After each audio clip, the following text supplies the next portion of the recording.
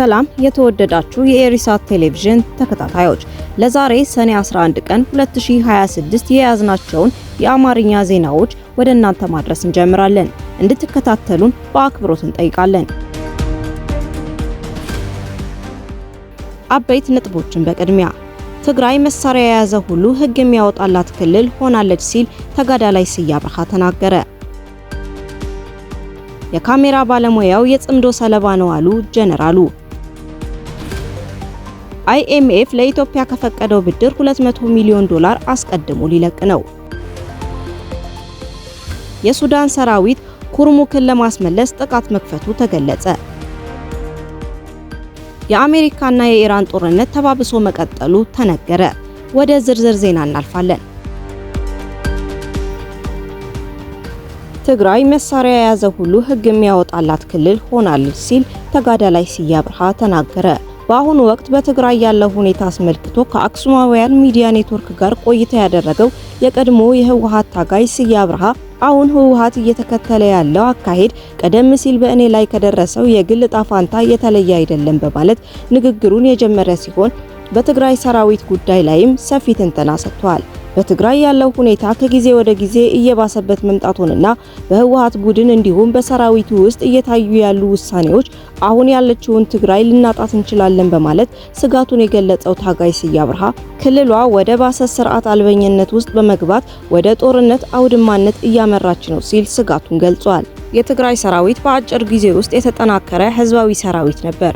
እርስ በእርሱ እንዲከፋፈል በማድረግና በትግራይ ውስጥ አካታች የሌለው አመራር በመኖሩ ምክንያት ተጠያቂነት ያለው መንግስት አለመፈጠሩ የትግራይን ፖለቲካ ወደ ኋላ መልሶታልን ብለዋል። የትግራይ ሰራዊት የአገልግሎት አቅም በትልቅ አደጋ ውስጥ መሆኑንና በማህበረሰባችን ውስጥ ቀውስ በመፍጠር በትግራዋይ መካከል አንድነት እንዳይፈጠርና መከፋፈል እንዲኖር በማድረግ በአዲስ አበባና በአስመራ የተፈጠረውን ቂም ከባለቤቱ እጅ በማውጣት ጽምዶ በሚባል ስም የትግራይን ህዝብ ወደ ጦርነት መጎተት አደገኛ ነው ሲሉ ተናግረዋል።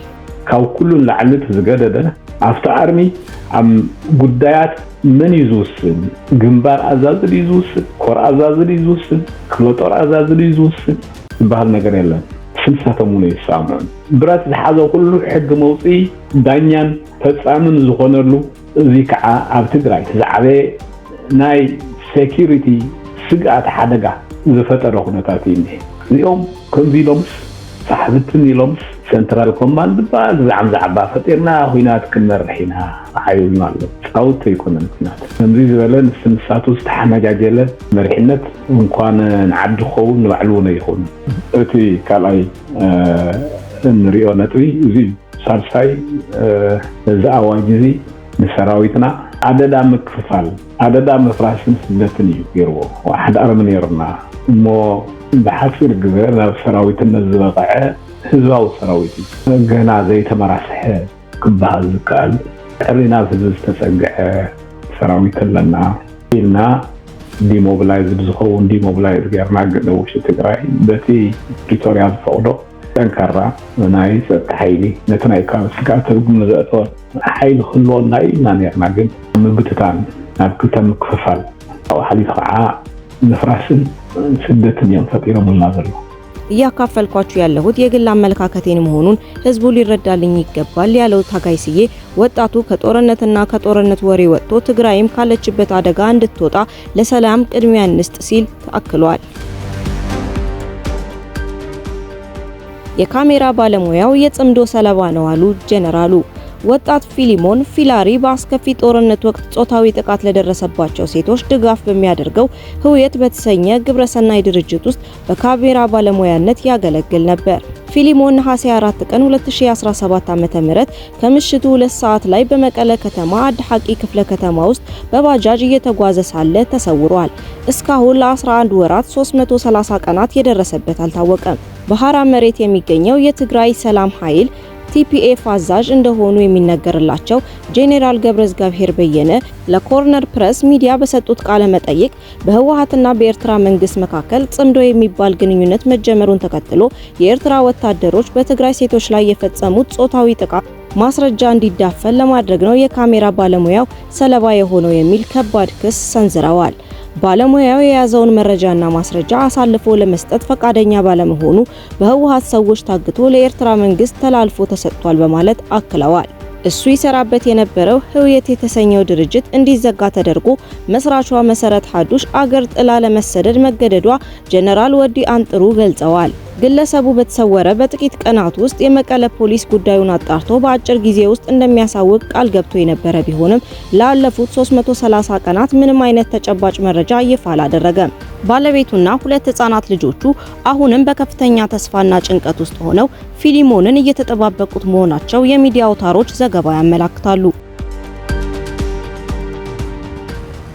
IMF ለኢትዮጵያ ከፈቀደው ብድር $200 ሚሊዮን አስቀድሞ ሊለቅ ነው። አሜሪካና እስራኤል ከኢራን ጋር የሚያካሂዱት ጦርነት ያሳደረው ተጽዕኖ ኢትዮጵያ እንድትቋቋም IMF ለጠቅላይ ሚኒስትር አብይ አህመድ መንግስት ከፈቀደው ብድር ውስጥ $200 ሚሊዮን አስቀድሞ እንዲለቀቅ ታቅዷል። ገንዘቡ የተራዘመ ብድር አቅርቦት መርሃ ግብር 5ኛ ግምገማ ሲጸድቅ ከሚለቀቀው $468 ሚሊዮን ውስጥ የሚካተት ነው። ኢትዮጵያ በትግራይ ክልል ጦርነት ምክንያት ከ$28 ቢሊዮን ኪሳራ ሲያጋጥማት 3ኛ ዓመቱ ሊይዝ እየተቃረበ ያለው በአማራ ክልል ያለው ግጭትም በቢሊዮኖች ዶላር የሚገመት ሀብት ውድመት ማስከተሉን ተንታኞች ይገልጻሉ። ይህም ሀገሪቱ ያላት ብድርና ዕዳ ከጊዜ ወደ ጊዜ እየጨመረ መምጣቱን፣ የኑሮ ውድነት መባባሱንና የዋጋ ግሽበት እንዲንር ማድረጉን የምጣኔ ሀብት ባለሙያዎች ይጠቅሳሉ። IMF በተለያዩ ሀገሮች የሚያደርገው ጫና በኢትዮጵያ ላይ መተግበሩ አገሪቱ ከድጡ ወደ ማጡ እንድታመራ ማድረጉን ዘገባዎች ያመለክታሉ። የሱዳን ሰራዊት ኩርሙክን ለማስመለስ ጥቃት መክፈቱ ተገለጸ። የሱዳን ሰራዊት በኢትዮጵያ ድንበር አቅራቢያ የምትገኘውን ኩርሙክን ከተማ ለማስመለስ የተጠናከረ የድሮን ጥቃት መክፈቱን ትናንት ሰኔ 10 ቀን የተሰራጨ ዘገባ አመላክቷል። ይህ ክስተት የመጣው በሱዳን ያለው ግጭት ለመቋጨት አዲስ ዲፕሎማሲያዊ ጥረቶች እየተደረጉ ባሉበት ወቅት ነው።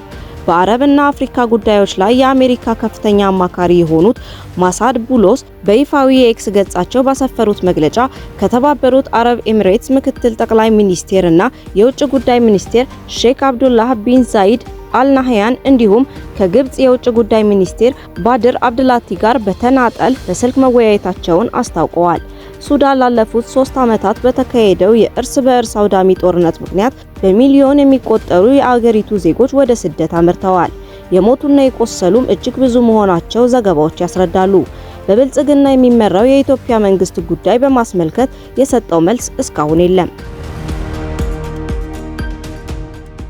የአሜሪካና የኢራን ጦርነት እየተባባሰ ነው። በአሜሪካና በኢራን መካከል ያለው ግጭት ከቀን ወደ ቀን እየተባባሰ በመጣበት በዚህ ወቅት አሜሪካ በኢራን ላይ አዲስ የአየር ጥቃት መፈጸሟን ዘገባዎች ያመለክታሉ።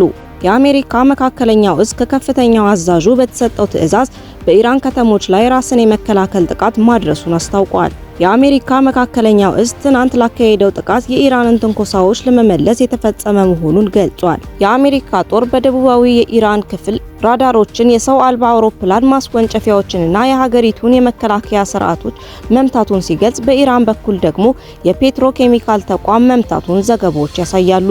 የአሜሪካ አውሮፕላኖች በሲሪክ፣ በከሽም ደሴት፣ በሚናብና በአስፋሃን ድብደባ መፈጸማቸውን የሀገሪቱ የመገናኛ ብዙሃን ያሰራጩት መረጃ ያመለክታል። ኢራን በበኩሏ የአሜሪካ ወታደራዊ ይዞታዎችን ለፈቀዱ የፋርስ ባህረ ሰላጤ ጎረቤት ሀገራት በሚሳኤል መምታት መጀመሯን ከግምት ውስጥ በማስገባት አንዳንድ ተንታኞች የግጭቱ መባባስ ወደ ከፍተኛ ደረጃ ሊደርስ እንደሚችል እየገለጹ ነው። ውድ የኢሪሳት ቴሌቪዥን ተከታታዮች ለዛሬ የያዝናቸው አጫጭር ዜናዎቻችንን በዚሁ አበቃን። በቀጣይ እስከምንገናኝ በያላችሁበት መልካሙን ሁሉ ተመኘን። ሰላም።